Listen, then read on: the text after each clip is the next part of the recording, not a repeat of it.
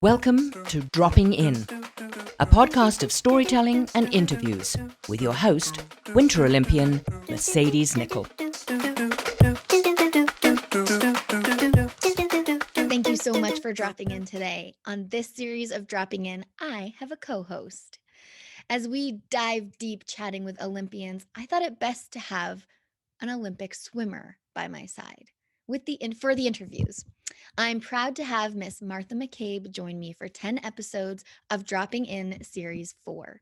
We hope to help you learn, laugh along the way as we talk to a bunch of Team Canada Olympians. Let me introduce the sport and guests that we'll be dropping in with. This sport takes place in a velodrome, 250 meters, that's 820 feet, oval track with banks of 45 degrees. Athletes use bikes with no brakes, and they can get up to speeds of over 65 kilometers per hour. The race is a distance of 4 kilometers. That's 16 laps of the velodrome if you're counting. There are 4 athletes on each team, 2 teams, 8 athletes on the track battling it out for the fastest time. Now, the time stops when the third team member's front wheel crosses the finish line. Did you know that? I didn't know that. I'm learning lots already. The team that covers the distance in the fastest time or to catch or take over the other team wins the final. Now let me chat about our guest that we will be dropping in with. This guest will be competing in the track cycling team pursuit this summer for her second time. If you're following along, that was the sport that it was, the team track cycling pursuit. But this will be her 4th time competing at the Olympics. She is a powerhouse, having competed at 2 Winter Olympics for 1, alpine skiing, 2, freestyle skiing in ski cross, making her a 2-time Winter Olympian. She's also a bronze medalist in track cycling for team pursuit. She made history doing this, becoming the first Canadian athlete to compete in 3 different sports for her first 3 Olympics. Now, not many Olympians actually go to 3 Olympics, so she's wild. And injuries seem to make her come back stronger and stronger than ever before. In 2012, a crash left her in an upper body and neck brace for 7 weeks. She had broken 3 vertebrae in her neck and back. Just under a year later, she was on the podium at a ski cross World Cup. It was in 2015, during her recovery from a broken wrist, where she set her sights on the possibility of competing at a summer games. A year later, new to the track cycling world, she was at her first Cycling World Cup, where, she won the Team Pursuit Gold, and then went on to win Team Pursuit Silver at World Championships. I told you, she's a powerhouse. After winning bronze at the Rio Games, she went back to winter to compete in ski cross, where we then saw her 2 more times on the podium. Right before the 2018 Winter Olympics, a crash took her out. She broke both of her legs in 3 places, and after 4 surgeries, she retired from her competitive career as a ski cross athlete. But she got back on her bike. And 1 year later, she was at a World Cup where she helped Canada win Team Pursuit Silver and has now qualified for her 4th Olympics. This daughter, sister, friend, Olympian, powerhouse, world champion, medalist comes back stronger and stronger. I wouldn't want to mess with her, but let's chat with Georgia Simmerling. Georgia, are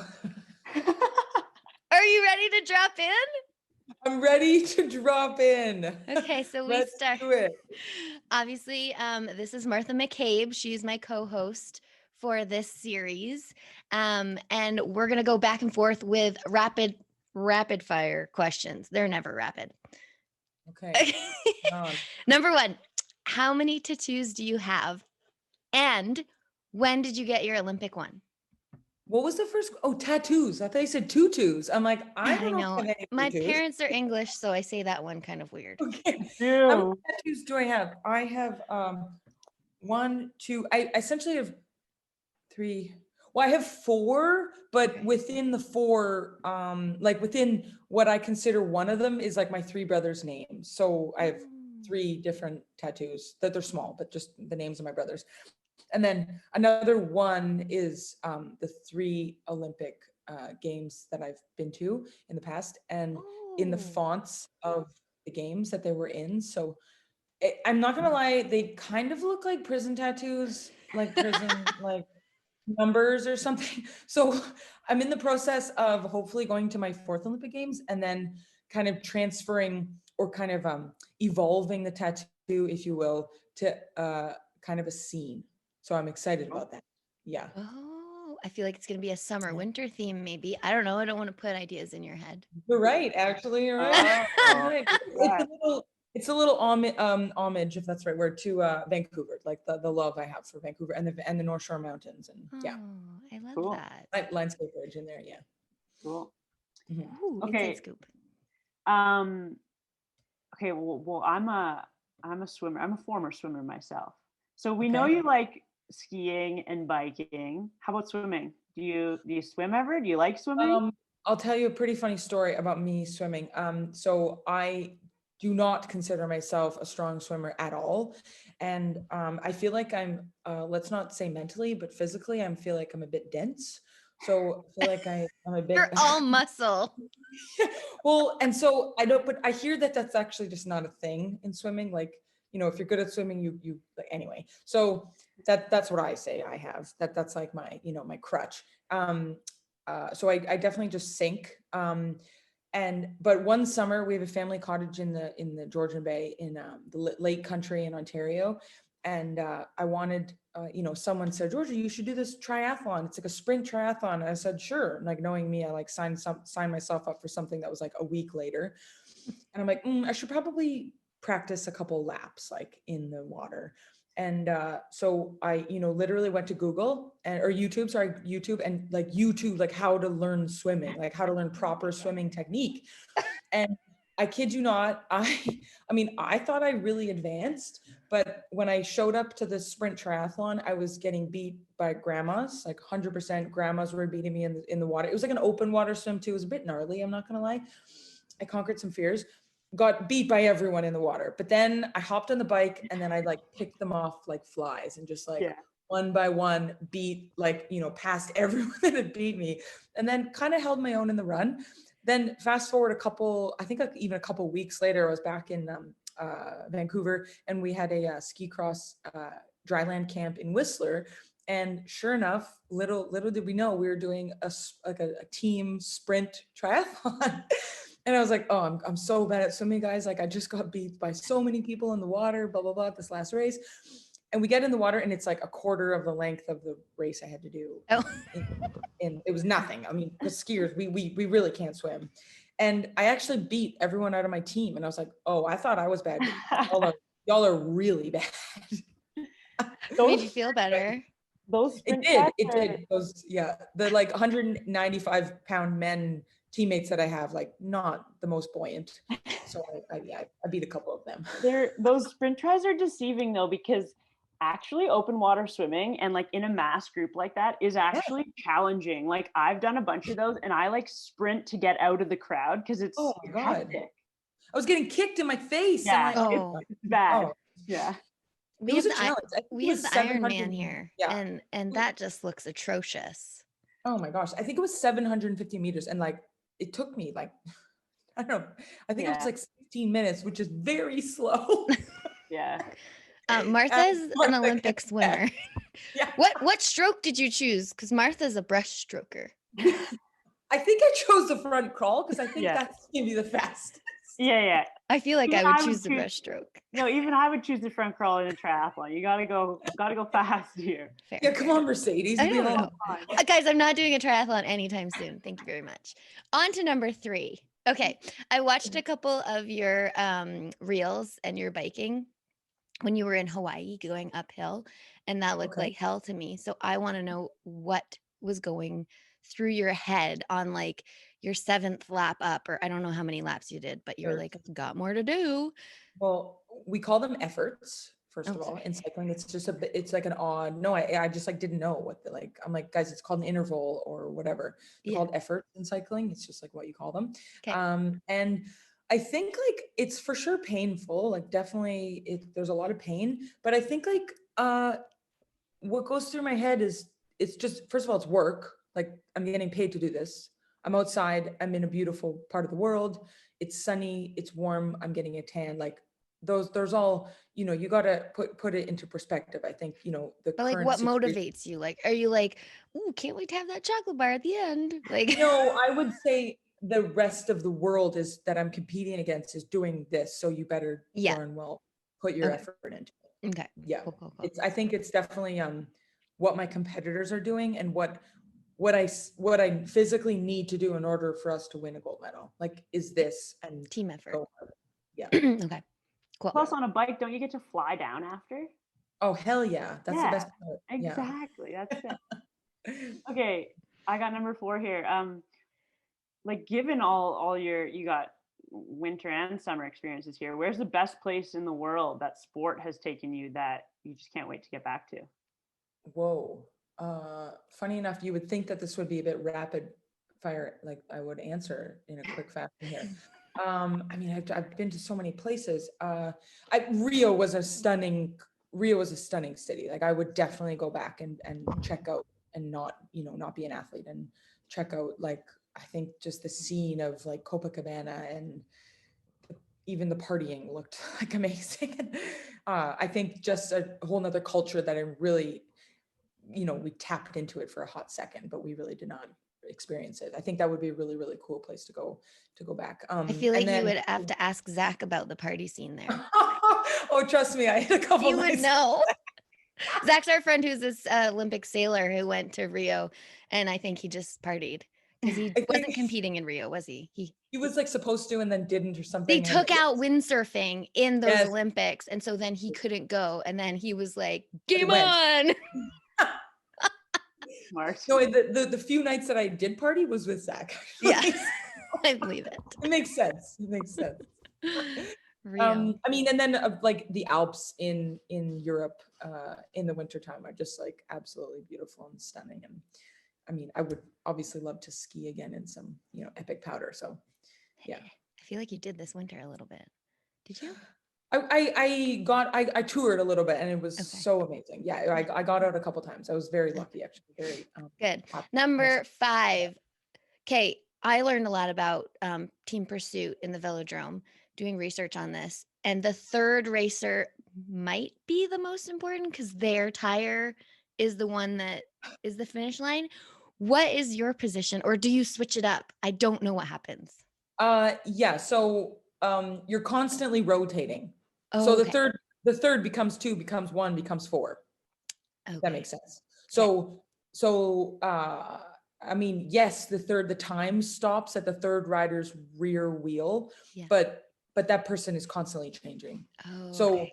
if you think it's actually, I mean, it's very scientific and it's actually kind of cool to think about. I always find it kind of fascinating because I know nothing about it, but I try to listen to what our physiologists tell us, and I just learned so much, but I'm just like amazed. So each team obviously has different people on the team, and it's sports physiologists are very, very important in track cycling, especially team pursuit, because they're physiologists, but they're also like, total sport bike techie wizards, and they have to know our bodies so like in very, very well through all the data that they receive after we train for, years, essentially, to know each of our physiologies. Yeah. And to know when is best suited for each rider to push where and maximize their energy at what point in the race. Oh, So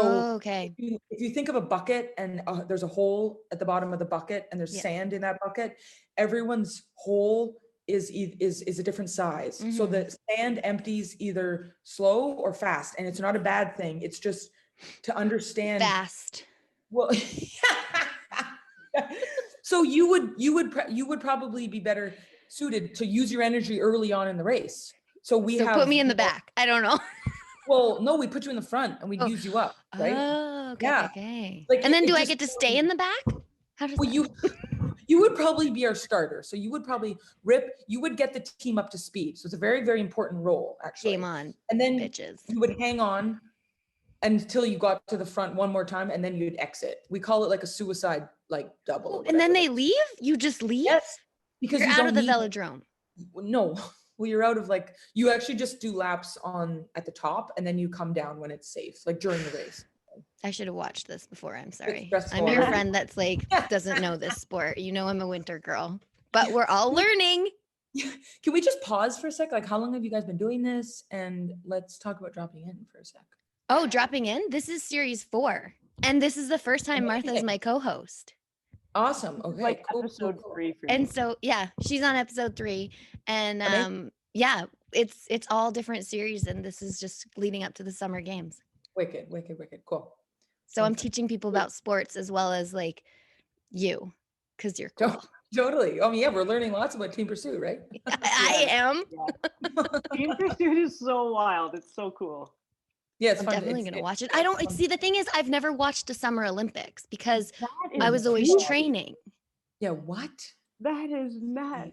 Well, I was always, okay, so Georgia will get this. I was always at Mount Hood and there's Yeah. like barely any internet there. I tried to stream it one summer and I was like, this is the most glitchy thing ever. I love you, Canada. Good luck. Yeah, good. Yeah, we wish you well. I'll go on snow and do what I know. Exactly. Okay, so Team Pursuit, you switch it up. Okay, I get it. I'm getting it. Yep. What Oh, number you're are we gonna on? have a time this summer, Mercedes, watching the Summer Olympics. I know, I can't wait. Yeah, you're gonna have a time. I'm gonna be a It's gonna big be nerd. I'm overwhelming. gonna put on my glasses and I'm gonna get out there and be watching you the whole Yes. time. I recommend best is just, well, now if you have honestly, I would, like, most people don't pay for TV anymore, but I would pay for like a month subscription and then record. Most things are on most things record, like they have on demand. Yeah, or whatever. yeah.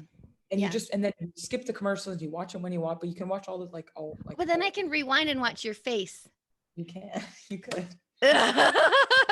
And see you're like We're pretty intense. Okay, we're pretty I intense. believe What's it. funny is when we go out of the start, so obviously we go from like 0 to, we get up to speed. And as I mentioned earlier, it's our starter is the person that's, on the, because we start up the track like 1, 2, 3, 4, and then we all slot in in a row behind each other, if that makes sense. And our starter is in a start gate, and her bike is actually hooked into this start gate that only opens up at 0. There's a countdown from 5 seconds to kind of like skier cross. Exactly. Well, except that's random.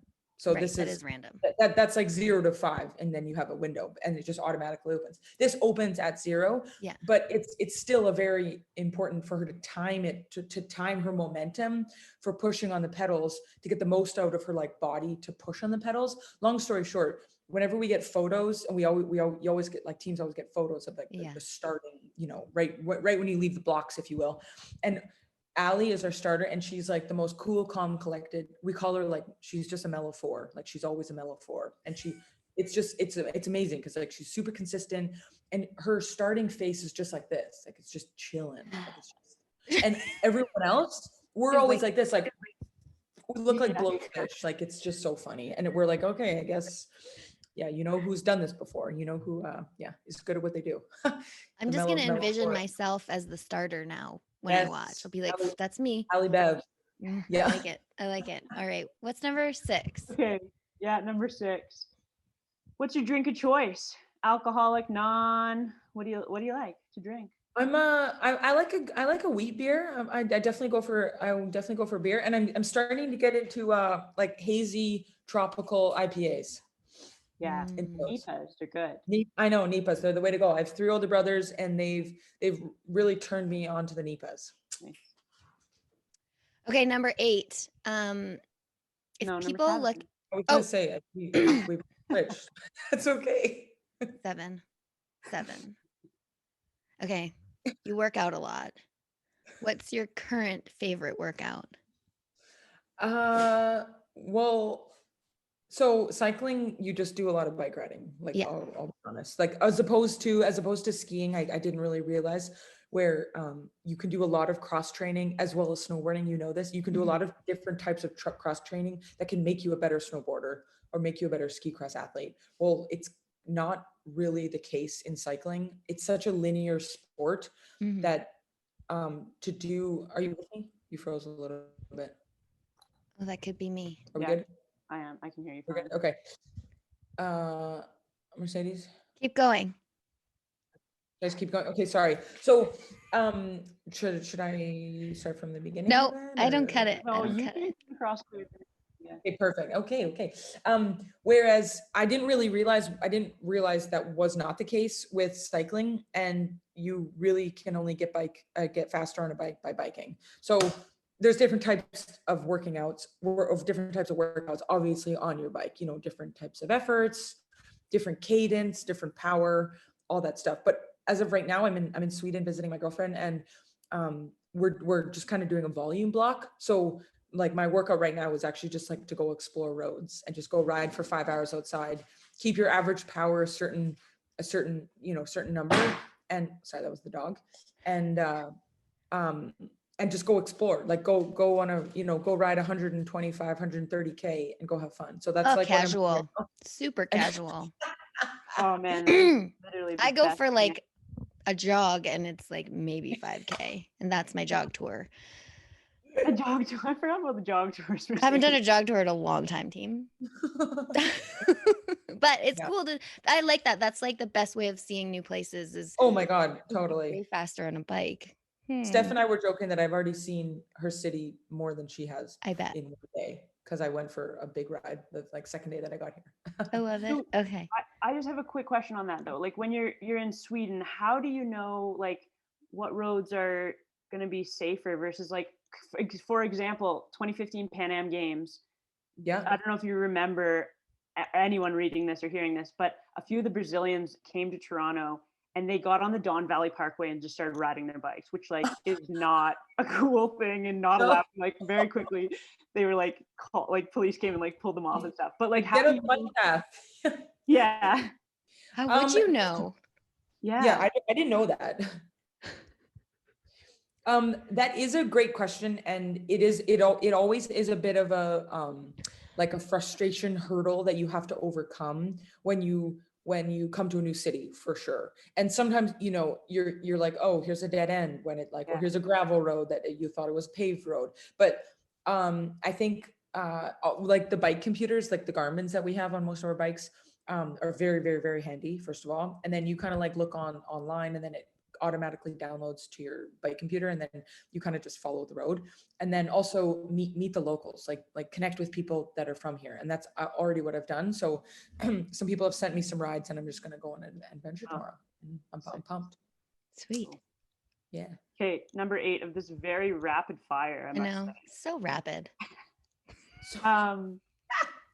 Okay, so if people follow you on social media, you never seem to be resting. So like, tell us about your recovery. Do you rest? Do you watch movies? Do you read books? What's going on? I rest. I love books. I like movies. I'm more of a TV show kind of girl. I guess like, I mean, yeah, I like to cook a lot. I have fun cooking. That's like very like meditative and restful kind of for me. Yoga's a big part of my life. I do a fair bit of yoga. That's still active, girlfriend. Just saying. No, I'm actually getting more into the yin, truly. Okay. I am. I know you, and I'm like, the girl does not sit down. She doesn't. She's like, okay, I'll be winter athlete. I'll be a summer athlete. My girlfriend would probably agree with you, but I'm learning cycling is a sport where you actually have to rest. Like you just have to. So I do sit on the couch. I read my book. I'll watch some shows. What show? Yeah. I just finished a show, or I'm finishing it. I started on the plane when I got here, actually. Darn, I'm gonna blank on the name. It's like a very, very boring name, and it's about young investor bankers in England, actually, or in London, I think. In London, England. It's called like, it's literally called like Inventory or something. Or okay, that cool. might as well. On Netflix? It's really good show. No, it's on HBO. Actually, it's on HBO. I think it's called Inventory. It's odd. It's an odd name, but I'm just it's surprised you sit down and watch a TV show, to be honest. whatever. Okay. But that's just like, that's kind of all of us. We don't all really sit down and stay still. It's true. I think it's good for us to do more of it. Okay, number 9. This might be my favorite question. You went from a speed suit in ski racing to like a little less tight suit in ski cross, right? So did you miss the alpine suit so much that you wanted a thinner, tighter suit in biking? I have made this joke about myself a few times. I guess I just really love spandex. Yeah. I know. And especially coming from someone like you, you're probably just like, what the heck? I don't get it, man. Like, dude, like pick something cool already, right? I don't know what to tell you. I really don't. Yeah, I guess I just really like spandex, like really ugly spandex actually too. It's like Just not so tight and so not- revealing. And it's just got thinner and thinner through every sport that you've chose. Maybe swimming is the next sport for you, Georgia. It's like, oh my gosh. No. Wait, what did you say? What sport would it be? Swimming. I said maybe swimming's the next sport for you. No, Maybe it really is. Like a big no. It's even smaller. A big no. Didn't I tell you? I think it was 16 minutes for 750 meters. Open water, that's not bad. No, it's pretty horrible. Fine. You know that. I love it. I will say I would try out, people have asked, and if it's number 10, then we can just skip to it. But if there was a fourth sport, if there was an Olympic dodgeball team, I'm confident I would make that team. Like I might have a bit too much confidence sometimes, but I'm pretty confident I would make that team. I'd like to be your And teammate. I love that sport. I would not want to have a ball whipped at by you. Yeah. That would hurt. Confident. Would. Yeah. Yeah. I'm confident I would not make that team. I'm ambidextrous, so I would be like, Ooh, you're done. You're done. Okay, let's number 10, final one. Okay, wrapping up your Olympic experiences so far. What is the most memorable takeaway from the games you've been at? A couple. Most. No, I'm kidding. You've been to too many. Steph is staring at me with a big smile on her face. She's like, "Say me, bitch." Yeah. So she's like third on the list, I say, which is Aren't you staying at her house? Yeah, she's looking at me right now. You might get locked out again. Yeah. It's okay. Rio. So Steph's dog's name is Rio, and it's okay because Rio is her number one. So it's okay. Like we know where we stand, right?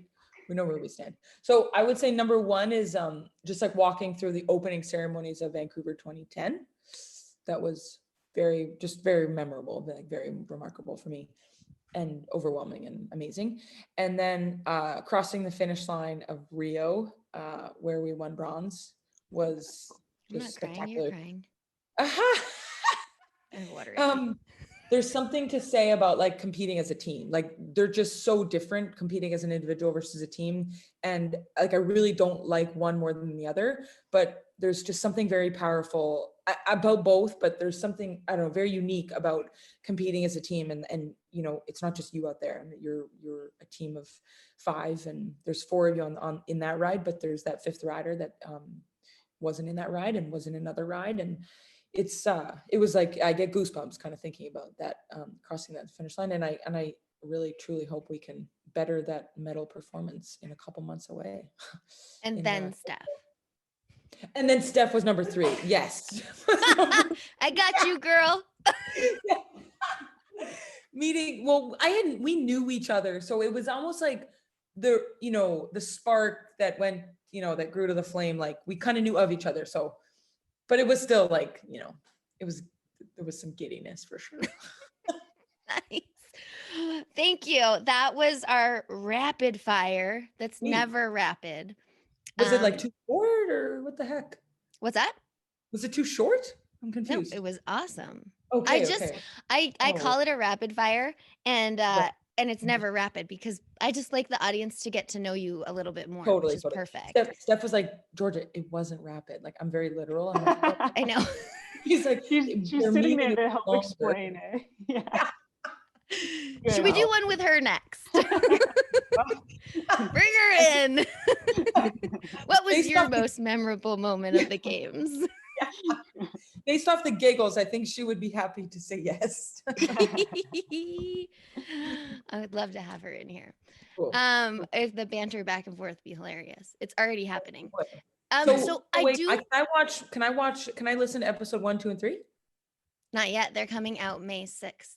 Oh, sweet. Okay, soon. Amazing. Yeah. Awesome. Yeah. So they're all Team Canada athletes that are either Wicked. going or potentially going to the games. Are you partnered kind of with the COC at all with this or not at all? No, I'm not. Okay, This is it's all you. on the Dean Blundell network. Okay. Yeah. I just Cool. thought it was perfect timing. Why not catch up with all my Oh, friends 100%. before they go to the Totally. games? I'm sure you're learning a lot and it's fun for you as well. Absolutely love it. I'm learning because I'm learning so much about sports that I never knew about. Team Totally. being one. I think sports like snowboarding and skiing, like we're in our own bubbles. I know. You have people, it's true. Like you have your people and you don't really you don't know much, especially summer sports. So you probably are learning a ton. Yeah, it's awesome. And it's so nice to have Martha here because she is a summer she's an Olympian. Did you know, fun fact, that I love this fact and I say it all the time, that I guess you are an Olympian and a Winter Olympian because you're either just Okay. a Summer Olympian is an Olympian and a Winter Olympian has to be a Winter Olympian. Well, it's why it's because they say the real Olympics are the summer. Is the Summer Olympics. I know. Or like the true. I know. I was like, that's bullshit. So when someone said that to me once, I was like, times have changed, people. Okay, I do want to get into how are you feeling about the delayed extra year of training that you've got on your bike because of the games? It was a challenge at first, for sure. Steph and I were both planning on retiring. I don't want to speak on behalf of both of us, but like I'm looking forward to retirement. Like I'm nervous about it and I know I'm going to hit I'm going to have some, probably a bit of an identity, let's just say like transformation, but I am looking forward to it and I'm excited about the challenge. So yeah. It was like a challenge all in itself. And I think we both have taken this year, someone told us kind of early on into COVID, like it's a last chance at a last year. And I think we've really taken that with, guns ablazing. And we hadn't seen each other before this in like 3 or 3.5 months. And it wasn't, I mean, it was hard, but we just keep on in the back of our minds. We're just like, this is okay. This is our last hurrah. Like we can do this. Like we can get through this. And we're just putting all of our energy into being the best and strongest athletes that we can be. And there's something like very liberating about that. Yeah, that's what I was taking. I know Martha has a question. I saw her. But I was like, the athletes are either going to thrive and be the best athletes we've ever seen at the games, or like maybe the best athletes aren't going to train as hard and then it's going to switch up. I think these are going to be really exciting games to watch for my first Summer Olympics to watch. No, I totally agree. I really do. Yeah. Martha. Yeah, well, no, I was just going to ask you, because I think this is all from just social media, but I feel like you and Steph started like a company together, a clothing brand. We did. Yeah, like maybe just, can you talk about it a bit? Because is this something you guys want to do more in the future? Or? It is. And it's called Project Athlete, and Project Athlete is all about kind of taking like being okay with your vulnerabilities and even celebrating your vulnerabilities, and everyone, our kind of slogan is everyone is a project, and we're all learning and we're all growing, and we just had over many conversations realized that elite athletes take themselves way too seriously, and it's okay to like just joke about falling or whatever it is, or about like having just like something happen to you, that's okay. Like it's not the end of the world, and you're going to be okay. And also seeing your strengths and your vulnerabilities. And it's been a really challenging, fun experience, I think, kind of starting this on the side. And yeah, we hope to put more energy into it when we're done our careers. Cool. Awesome. Okay, you say, sorry, I have to ask a question because you say elite athletes take themselves very seriously. I want to talk about summer athletes versus winter athletes because I think Sure. summer athletes take themselves way more seriously than winter athletes do. Well, I would argue it's the sport, and I Okay. totally know what you mean. No, I totally do know what you mean. Like you know, a slope style snowboarder is a completely different athlete than Endurance runner. than an endurance runner. Thank you. Like they could not be more opposite. Yeah. So I think there are, I don't even know, like maybe I'm saying there's more endurance sports in the summer. I don't even know if there is or not, but you know, like Mercedes, you could say the same thing about like a cross country. Is she with us? Yeah. Oh, Guys, I got a phone call. Okay. Keep going. Like a cross country skier, you know. So I think it's just the sports themselves are like niche, and I'm trying to think of like a broy summer sport that's like, I'm trying to think, you know. Yeah, but exactly.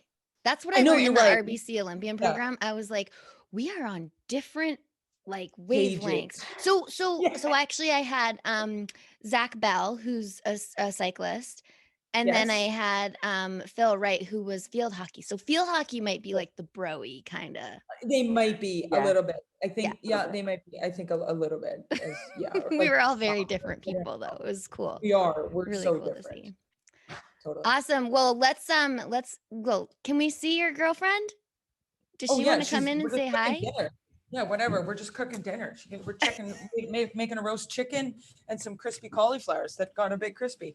Forgot about Okay, are you ready for your rapid fire? Uh-oh. Just I got kidding. it a little crispy. We made some crispy cauliflowers. I love it. I love it. Georgia, we're gonna sign off and let everyone know Wait. where they can find you online. Oh, I'd say Insta. Oh, here's the little man. Oh, hi, Betty. Yeah. Here's the little man. I'm just on Instagram, G Simmerling. Hit Okay, me up. perfect. Awesome. Yeah. Thanks so Thanks, guys. much That was for fun. dropping in today. I appreciate it, and I miss you, course, and of wish you course. all the best. I miss you too. Good luck. You. Nice to Yeah. meet you, Martha. Yeah, you Stay too. See you safe. then. Bye. Thanks so much for dropping in. You can find all the dropping in episodes on the Dean Blundell Network or on your preferred podcast network, where you can subscribe and not miss an episode.